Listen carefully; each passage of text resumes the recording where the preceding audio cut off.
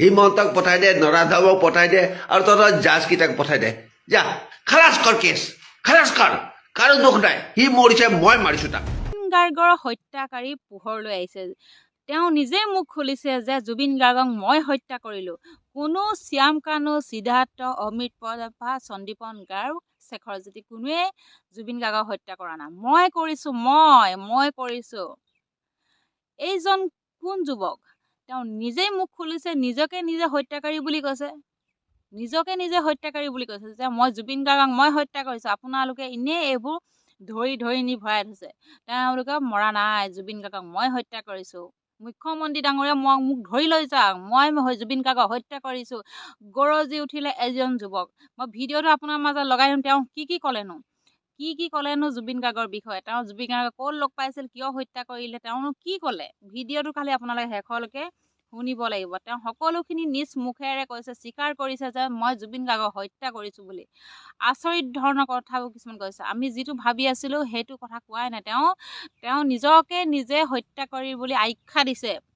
তেওঁ নিজকে নিজে আখ্যা কৰিছে যে মই হত্যাকাৰী। তেওঁ নিজকে নিজে হত্যাকাৰী নিজৰ নাম দি লৈছে, জুবিন গাৰ্গক হত্যা মই কৰিলোঁ বুলি। আচলতে কিয় এনেকৈ কথাবিলাক ক'বলৈ লৈছে? তেওঁ মগজত কি ঘটাইছে? তেওঁ সঁচাকৈ জুবিন গাৰ্গক হত্যা কৰিলে নেকি? ভিডিঅ'টো একদম শেষলৈকে চাওক আপোনালোকে। জুবিন গাৰ্গক মই মাৰিছোঁ। জুবিন গাৰ্গৰ হত্যাৰ সৈতে কোনো সম্পৰ্ক নাই শ্যাম কানু, সিদ্ধাৰ্থৰ। শ্যাম কানু চবকে জামিন দি দে, তাহাঁতৰ একো দুখ নাই। সামাজিক মাধ্যমত নিজকে জুবিন গাৰ্গৰ হত্যাকাৰী আখ্যা এজন ব্যক্তিৰ। সামাজিক মাধ্যমত এজন ব্যক্তিৰ বিস্ফোৰক দাবী। নিজকে জুবিন গাৰ্গৰ হত্যাকাণ্ডৰ সৈতে জড়িত বুলি আখ্যা দি কৰা এই দাবীয়ে সৃষ্টি কৰিছে তীব্ৰ চাঞ্চল্য। কোনে মাৰিছে তাক? মই মাৰিছো। ব্যক্তিজনে কয়, জুবিন গাৰ্গৰ মৃত্যুৰ সৈতে কোনো সম্পৰ্ক নাই শ্যাম কানু, সিদ্ধাৰ্থৰ। শ্যাম কানু চবকে জামিন দি দে, তাহাঁতৰ একো দুখ নাই। মুখত অশ্লীল শব্দৰে সামাজিক মাধ্যমত এই মন্তব্য ব্যক্তিজনৰ।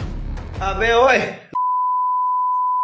court system, COURT, LAW is WAL.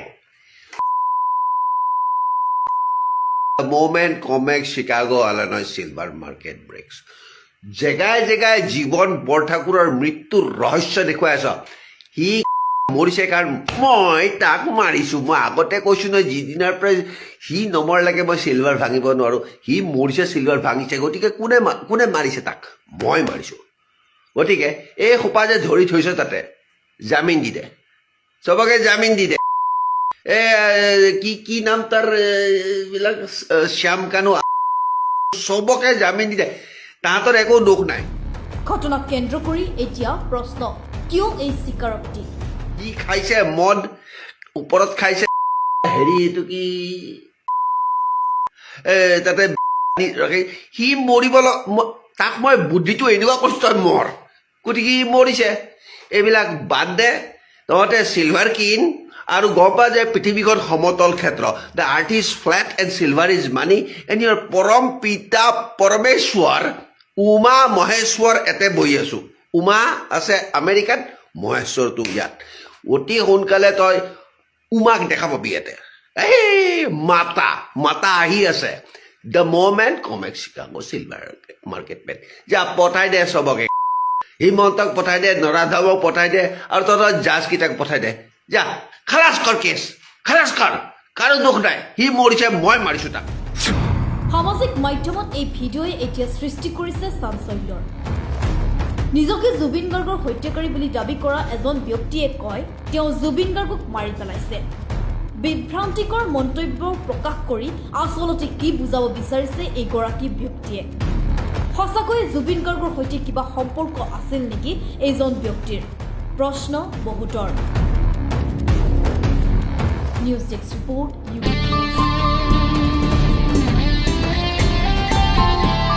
বৈবাহিক জীৱনক লৈ আপুনি চিন্তিত নেকি?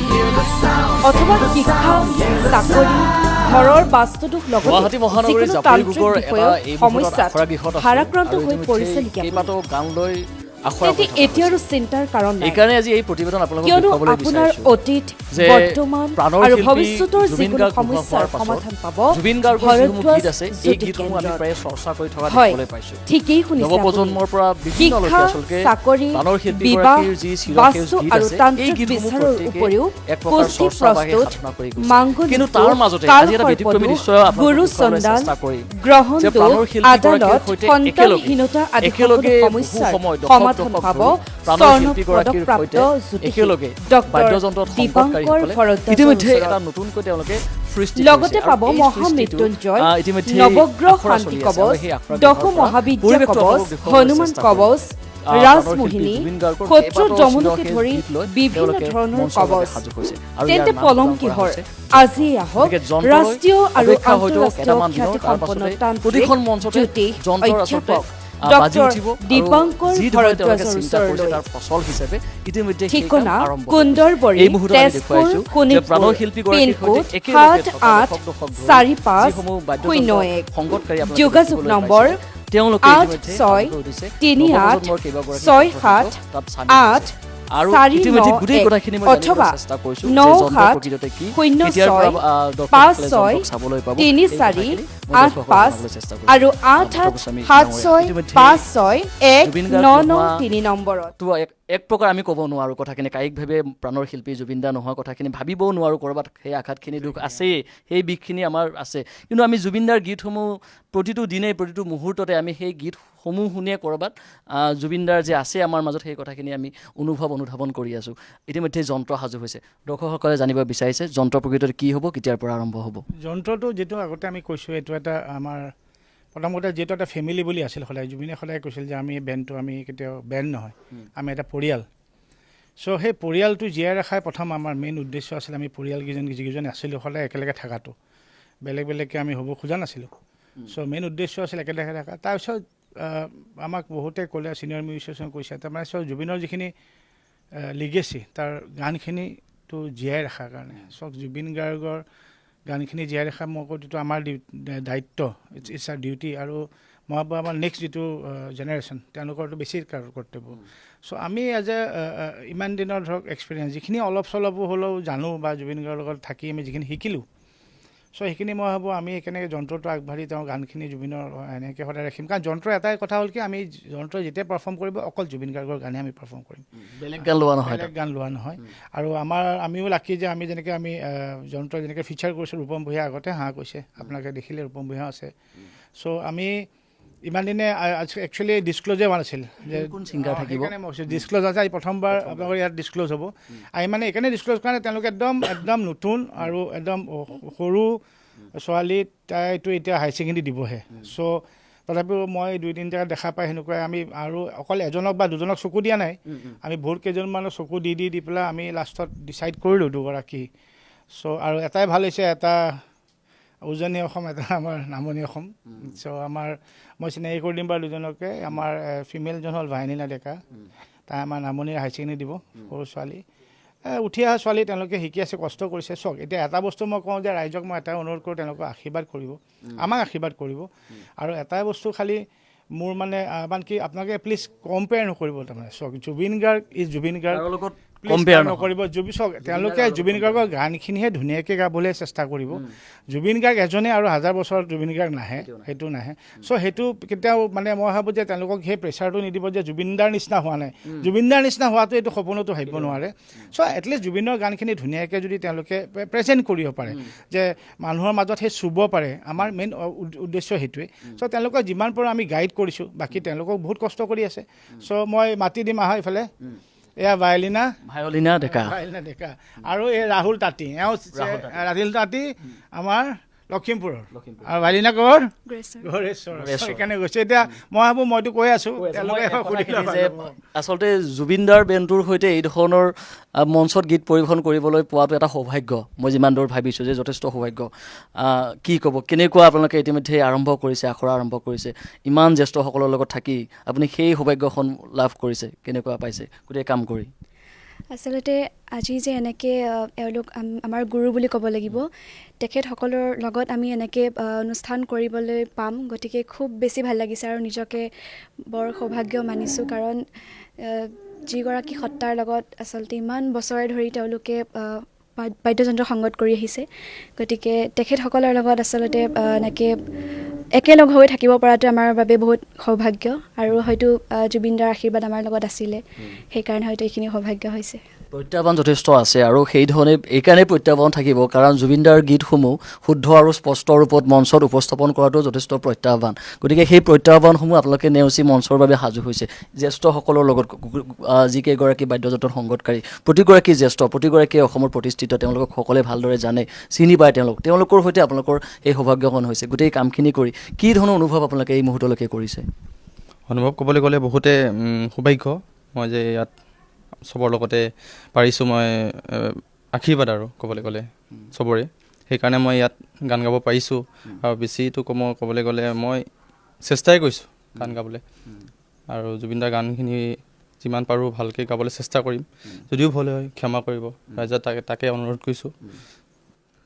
কথাখিনি সেইখিনিয়ে ইতিমধ্যেই কৈছে যে জুবিনদাৰ দৰে গীত গোৱাটো আচলতে কাৰোৰ বাবে সম্ভৱ নহয়, আৰু সেয়া হৈ নুঠেও, আৰু সেয়া আমি এক প্ৰকাৰ তেওঁলোকৰ পৰা বিচৰাটো ক'ৰবাত আমাৰ ভুল হোৱা যেন এটা অনুভৱ হ'ব। কাৰণ জুবিনদা এজনেই, জুবিনদা অদ্বিতীয়। গতিকে জুবিনদাৰ গীতসমূহ শুদ্ধ স্পষ্ট ৰূপত বা জুবিনদাৰ সেই চিৰ গীতসমূহ আচলতে আমাৰ সকলোৰে বুকুত মাজত ৰাখি থোৱাৰ বাবে এটা প্ৰয়াস, আৰু সেই প্ৰয়াসৰ এটা নামেই হৈছে যন্ত্ৰ সাজু হৈছে। ৰাজাদা আছে, ৰাজাদা যথেষ্ট সময় জুবিনদাৰ সৈতে আপুনি দশক ধৰি আপুনি বাদ্যযন্ত্ৰৰ সংগত কৰিছে। এক প্ৰকাৰ জুবিনদাৰ ছাতুৰ দৰে থকা মানুহ এগৰাকী ৰাজাদা। গতিকে আকৌ নতুনকৈ আৰম্ভ কৰিছে তাকো জুবিনদাৰ বৰ্তমানত। অকণমান সেই কথাখিনি আপোনাৰ পৰা জানিব বিচাৰিছোঁ দাদা। কামটো আচলতে বৰ টান, মানে জুবিন গাৰ্গৰ যিটো পাৰফৰ্মেঞ্চ ষ্টাইল, ষ্টেজত উঠিলে তলত যিমানেই অডিয়েঞ্চ নাথাকক, জুবিন গাৰ্গ ষ্টেজত উঠিয়ে হাতখন দাঙি সকলোকে ঠাণ্ডা কৰি দিছিলে। উঠি পেলাই যদি হাতখন দাঙি দিয়ে চব পিন ড্ৰপ চাইলেণ্ট হৈ যায়, তলত লাখ মানুহ থাকিব পাৰে। গতিকে সেই বস্তুটোক আকৌ কঢ়িয়াই আগবঢ়াই লৈ যোৱাটো বৰ টান কাম আচলতে। আৰু এইটো চাগে মই দৰ্শকৰ প্ৰতিও এটা, তেখেতসকলে এইটো বস্তু ভবা ভুল হ'ব যে জুবিন গাৰ্গৰ নিচিনাই গাব কোনোবাই, জুবিন গাৰ্গৰ মাততে গাব বা জুবিন গাৰ্গৰ নিচিনাই গাব, সেইটো চাগে আৰু জন্ম নহ'ব। আমি আচলতে প্ৰাৰ্থনা কৰিছোঁ ভগৱানক যে জুবিন গাৰ্গ আকৌ অসমত জন্ম লওক। আৰু এইটো আমাৰ একদম ক্ষুদ্ৰ প্ৰয়াস। ৰূপম ভূঞা আছে, ৰূপম ভূঞা সকলোৱে চিনি পায়, বাকী আপোনালোকে লগ পালে ভায়লিনা ডেকা আৰু ৰাহুল তাঁতী, আৰু মানে ইমানেই নতুন নামটোৱে মুখস্থ হোৱা নাই, মই তাক এতিয়াও ৰাকেশ বুলি মাতি আছোঁ। আৰু আমাৰ লগত কমল আছে, আমাৰ এজন নতুন মেম্বাৰ, কমল আহা অকণমান, কমল লোচন, মিৰ্জাৰ বৈৰীহাটৰ ল'ৰা, সি নতুনকৈ এড হৈছে। আচলতে আমি যিখিনি জুবিন গাৰ্গৰ লগত শেহতীয়াভাৱে বজাই আছিলোঁ, সেইখিনি লৈয়ে আমি একেলগে থকাৰ প্ৰয়াসে আচলতে। সেইকাৰণে সুধিছোঁ যে জুবিনদাৰ বৰ্তমান আপোনালোককো মঞ্চত সকলোৱে চাবলৈ বিচাৰিছে যে আপোনালোক ক'ৰবাত ইমান বেছি উদাস হৈ গৈছে যে জুবিনদা নোহোৱা কথাবোৰ ক'ৰবাত আমি ভাবিব নোৱাৰোঁ, শুনিব নোৱাৰোঁ, দেখিব নোৱাৰোঁ। তাৰ পাছতো যে জুবিনদাৰ সৈতে বাদ্যযন্ত্ৰত সংগতকাৰী প্ৰতিগৰাকীক যে আমি মঞ্চত দেখাবলৈ পাম, ক'ৰবাত নহয় ক'ৰবাত আমি জুবিনদাক যেন দেখিবলৈ পাম, জুবিনদাৰ আচলতে থকা যেন এটা অনুভৱ হ'ব, আৰু তাৰেই প্ৰয়াস হৈছে এয়া যন্ত্ৰ। গতিকে সকলোৱে আশা কৰিছে এওঁ নতুনকৈ আচলতে চামিল হৈছে এই গ্ৰুপটোত। কৈছোঁৱে যে প্ৰতিগৰাকী জ্যেষ্ঠ প্ৰতিষ্ঠিত আৰু অসমৰ ৰাইজে তেওঁলোক খুব ভালদৰে জানে, চিনি পায়। আপুনি নতুনকৈ চামিল হৈছে গোটেই বেণ্ডটোৰ সৈতে, কি ক'ব, কি অনুভৱ কৰিছে আপুনি? অনুভৱ বুলি ক'লে ভাল লাগিছে, আৰু ৰাজাদাহঁত আছে, পাৰ্থদাহঁত আছে, ইমান ছিনিয়ৰ মিউজিচিয়ান। গতিকে আচলতে মোৰ সৌভাগ্য যে ৰাজাদাহঁতৰ লগত বা গোটেইখিনিয়ে যিখিনি মিউজিচিয়ান আছে গোটেইখিনি ছিনিয়ৰ মিউজিচিয়ান হয়। গতিকে মই সঁচাকৈ সৌভাগ্য যে এওঁলোকৰ লগত মই বাদ্য সংগত কৰিম, আৰু তেওঁলোকে মৰমেৰে বুজাব বা বুজাই বহুত শিকিব পাৰিম, আৰু জুবিনদাৰ আশীৰ্বাদত এইখিনি মানে কৰি যাম যিমান পাৰোঁ মোৰ ফালৰ পৰা। শুভেচ্ছা জনাইছোঁ আমি। আৰু কৈছোঁৱে যে ইয়াৰ পৰাই আচলতে জুবিনদাৰ সেই যিটো সোণালী, আচলতে জুবিনদাৰ সোণোৱালী যিসমূহ গীত আছে, চিৰসেউজ যি গীত আছে, সেই গীতসমূহৰ আখৰা এই স্থানতে কৰা হৈছে।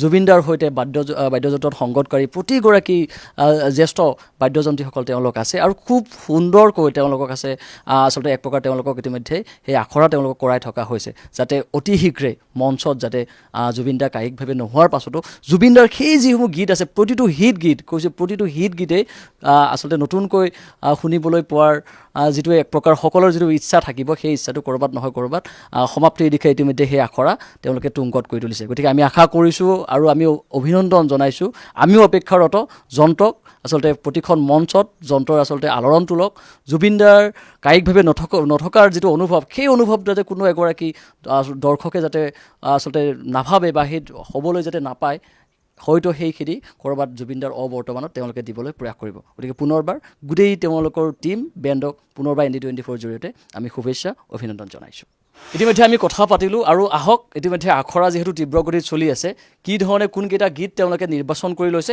সেয়া এইবাৰ অকণমান আপোনালোকক শুনাই লৈছোঁ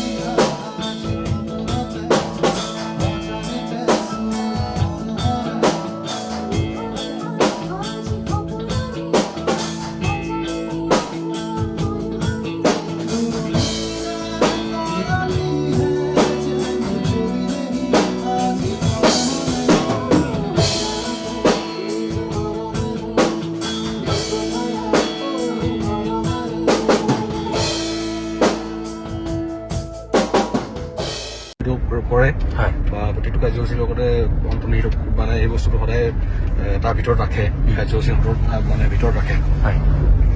আৰু লগতে যিটো ব্লাড ডোনেশ্যন হয়, ব্লাড ডোনেশ্যন কেম্পসমূহ কৰাৰ লগতে আমাৰ অসমৰ প্ৰত্যেকখন জিলাতে বুলি নকওঁ, কিন্তু সৰহসংখ্যক জিলাতে আমি ব্লাড ডোনেশ্যন কেম্পৰ লগতে আমি পাৰ্চনেলি যিমানসকল ব্যক্তিয়ে আমাক ব্লাডৰ কাৰণে ৰিকুৱেষ্ট কৰে আমি দিবলৈ চেষ্টা কৰোঁ।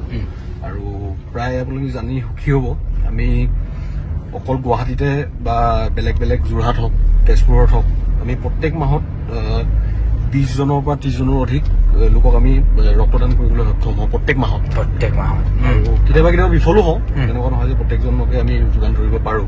কেতিয়াবা কি হয়, ডনৰৰ অভাৱ থাকে আৰু এজন ডনৰে ধৰি লওক এবাৰ দিয়াৰ লগে লগে আকৌ তেওঁ 3 মাহলৈ দিব নোৱাৰিবলগীয়া হয়। সেইখিনি কেতিয়াবা ক'ৰবাত অলপমান বাধা আহে, কিন্তু যিমান দূৰ পাৰোঁ আমি চেষ্টা কৰোঁ যাতে আমি ৰাইজক সেইখিনি বস্তু কৰিব পাৰোঁ। আৰু বিভিন্ন ধৰণৰ কাৰ্যসূচী কৰি থাকে প্ৰত্যেক জিলাতে, বা যিবিলাক শাখা আছে, শাখা কমিটিসমূহে বেলেগ বেলেগ পদক্ষেপ বেলেগ বেলেগ কাম কৰি থাকে।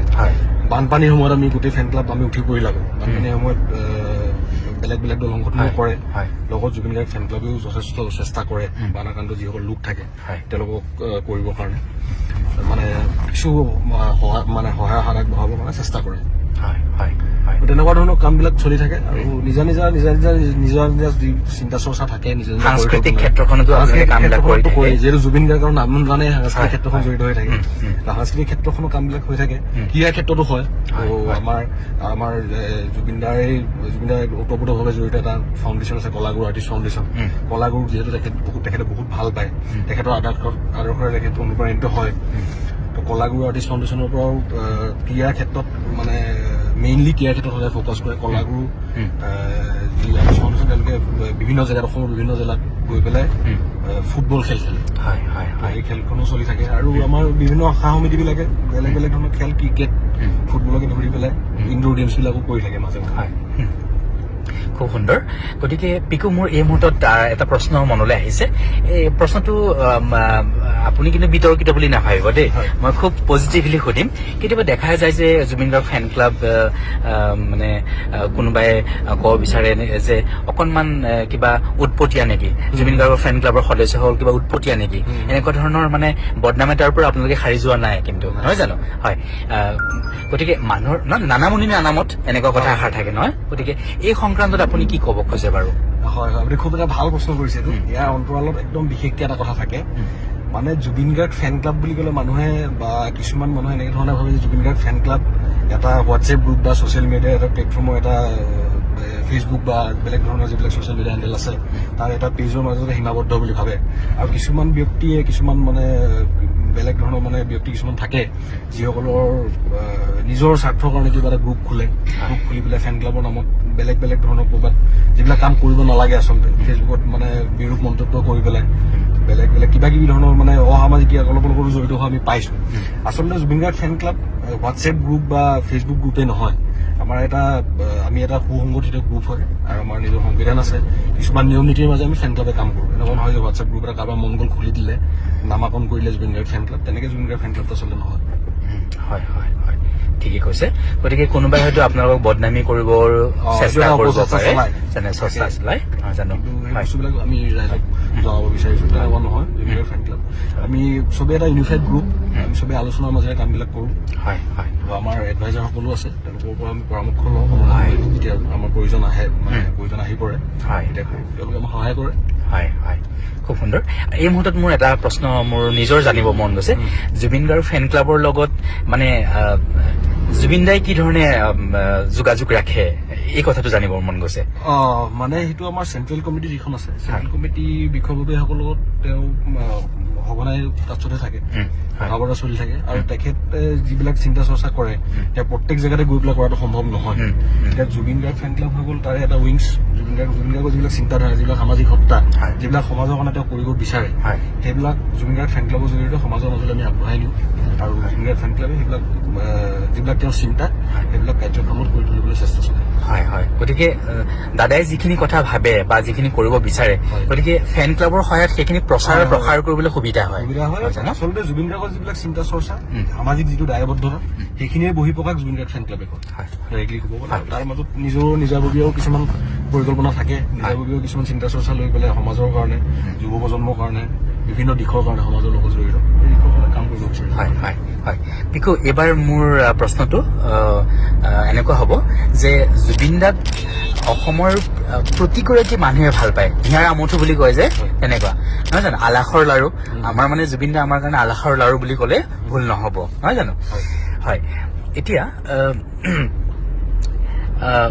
মোৰ প্ৰশ্নটো হ'ল যে জুবিন দা আচলতে কেনেকুৱা মানে আপোনাক যদি মই এই প্ৰশ্নটো সোধো যে জুবিন দা আচলতে কেনেকুৱা আপুনিতো খুব ওচৰৰ পৰা পায় নহয় জানো তেনেকুৱা জুবিন দা আচলতে কেনেকুৱা মানে এতিয়া ডেফিনেশ্যন দিব পৰাবোৰ দৃষ্টতা নাই মই যিমানো জানো মোটামুটি ধাৰণা এটা এজন খুব সাধাৰণ মনৰ মানুহ খুব সৰল ব্যক্তিত্বৰ মানুহ কিন্তু তেখেতৰ মনটো বহুত ডাঙৰ তেখেতে প্ৰত্যেক সময়তে মই আজিলৈকে জুবিন দাক কেতিয়াও মই নিজৰ কথা চিন্তা কৰি দেখা নাই মই আজি তেখেতৰ লগত 8-9 বছৰে ব্যক্তিগতভাৱে জানো বা তেওঁলোকৰ আছো বিভিন্ন কামত বিভিন্ন পদক্ষেপত বা আজৰি সময়তো কেতিয়াবা তেওঁৰ লগত থাকো তো সেইখিনি সময়ত মই তেওঁৰ যিবিলাক চিন্তাধাৰা তেওঁ সদায় মানুহৰ কাৰণে চিন্তা কৰে নিজৰ কাৰণে বা নিজৰ ব্যক্তিকেন্দ্ৰিক কথাবোৰ তেওঁ ইমান গুৰুত্ব নিদিয়ে তেওঁ সদায় সমাজৰ কাৰণে চিন্তা কৰে সমাজৰ কাৰণে কৰিব বিচাৰে আৰু খুব সময় অসমখনক খুব ভাল পায় অসমখনক বহুত বেছি ভাল পায় অসমখনৰ কাৰণে কৰিব বিচাৰে এনি টাইম অসমবাসীৰ কাৰণে চিন্তা কৰে অসমৰ ৰাইজৰ কাৰণে চিন্তা কৰে অসমৰ কাৰণে যাতে তেওঁ কিবা এটা দিব পাৰে তাৰ কাৰণে সদায় তেওঁ চিন্তা চৰ্চা কৰি থাকে সেয়ে তেওঁৰ